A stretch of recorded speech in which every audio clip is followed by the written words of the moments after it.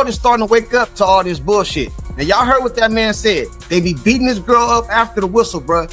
Beating her up, man. And all y'all want to do is tell us, we casual fans, we don't know basketball. This is a physical sport. Man, ain't no physical sport. It's hate and jealousy, bruh. And they be beating that girl up, man. And the WNBA allow this shit, bruh. But like he said, the world's biggest star. But let me guess. He buck dancing. He glazing. He tap dancing. He a coon. Come on, bruh. The world is starting to wake up. The biggest star in poly sports right now, bruh. Y'all letting this girl get done like that. And that's probably why she hurt. And we all know it. The NBA's got nothing on this.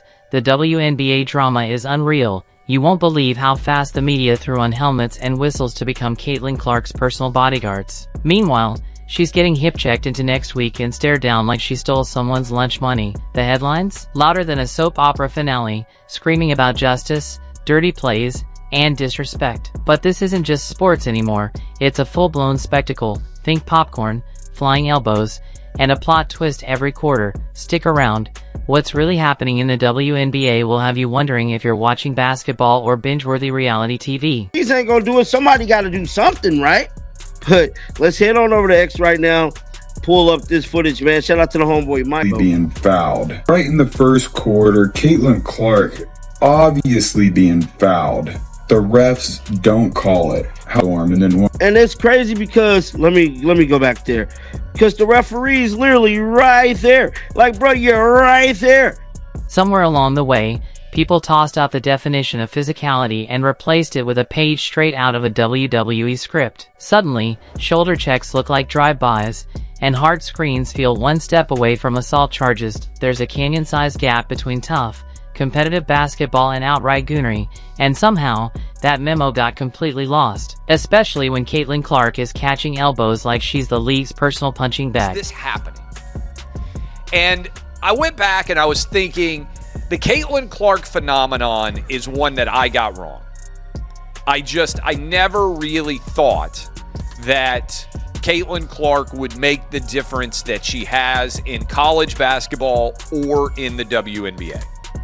There are, the WNBA opening game for Caitlin Clark set all-time records. There are millions of people that never cared about the WNBA at all that now care because Caitlin Clark is in the WNBA. Let's rewind for a second. Physicality? Absolutely. That's part of the game. It's what separates casual hoopers from real competitors. You're supposed to feel it in your bones, elbows flying in the paint, bodies banging under the rim. This is basketball, not ballet. Nobody's asking for the league to turn into a spa day with scented towels and zero contact. The problem isn't physical play, it's when basketball toughness starts looking like a clearance rack tackling drill at Target. That's not grit, that's just reckless. Relate to that you know what it's like to be hated. I know a black woman and hated because of my skin color. Yeah. I can't imagine this young lady, I don't want to use hate, but despise. And people just having, she brought some on herself a little bit because she's cocky for a good reason. Confident. And I love that about her. But to watch the dynamics and the media, they had their narrative. And I was pleased and proud to see the narrative wasn't true. Right. And the media? Suddenly, they can't seem to see a thing. Colorblind, tone deaf, selective amnesia when it comes to replays. Caitlin Clark gets flattened, and they go full Helen Keller. No sight, no sound, no statement. Just tumbleweeds blowing across ESPN panels while yet another clip of her hitting the hardwood racks up views. She's getting hacked like she's in a Mortal Kombat demo reel. And what's the response? Silence. Crickets. Maybe a shrug, like she tripped over a shoelace instead of getting launched into orbit. Just start finding these women, bruh. Finding them, suspending them, and make an example out of somebody, bruh. We ain't gonna tolerate this shit, homie. We not gonna be tolerating this shit right here. What's that guy's name that's getting ready to come to the NBA?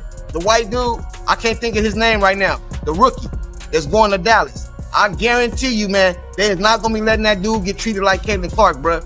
And all the men in the WNBA ain't going to be jealous and shit neither, bruh. We know what we see, bruh. The problem is this, man. A lot of people don't like Caitlin Clark, bro.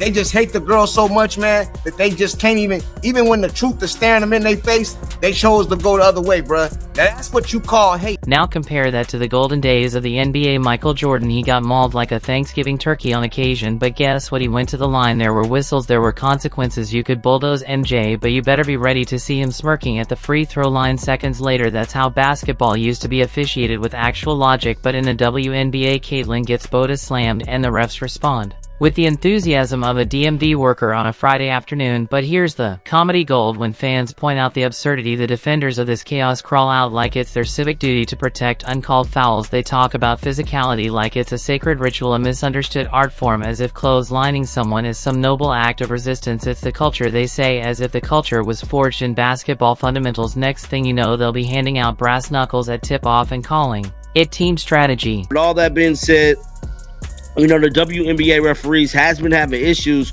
with getting these calls right when it comes to Caitlin Clark and the Fever, bruh. And I'm telling you, we have another case of that. And shout out to all the fans that, put these TikToks together, put these videos together, kind of, breaking down everything that has happened with the WNBA referees, because we have another game and we have another situation where WNBA referees failed to make the right calls against Caitlin Clark and the Fever. But then people want to get mad when Sophie Cunningham pretty much did what she did. Let's call it what it is. Some of these hard fouls would be felonies if they happened anywhere outside a basketball court. If Caitlin Clark were anyone else, we'd be watching panel discussions, therapist segments, and Oprah specials about protecting women in sports. But she's too successful, too popular, and frankly, too blonde for the narrative to wrap itself around her comfortably. So instead of justice, we get glorified violence dressed up as gritty defense. If physicality had a PR team, they'd be filing defamation lawsuits. The irony? Caitlyn actually welcomes tough play. She's not asking for ballerina fouls and fairy dust. She wants real competition. She wants a challenge. But it's hard to compete when every game turns into dodgeball with someone else's shoulder. There's a difference between testing someone's game and trying to knock out their wisdom teeth, yet somehow, people can't tell the difference. It's like they skipped basketball 101 and enrolled directly into petty behavior 101. And here's the kicker: if your humor leans toward the dark and chaotic, the league is profiting from all of it. Every shove, every trip, every body check becomes content, viral clips, hot takes, hashtag activism with all the depth of a kiddie pool. The league cashes in on her bruises and tells her to walk it off. All the videos that everyone on social media has me watching, a lot of clips from the WNBA right now too, and it's absolutely crazy to me to see the types of fouls and the lack of calls that are having on them from these refs that the players are doing. They're just straight hacking each other. And we wouldn't even allow that at our kids' games that we go to watch, let alone in the NBA. And it's just wild to me that you have somebody that took stadiums which only had 7,000 people in them to attend live games to completely packed and tripling the ticket prices.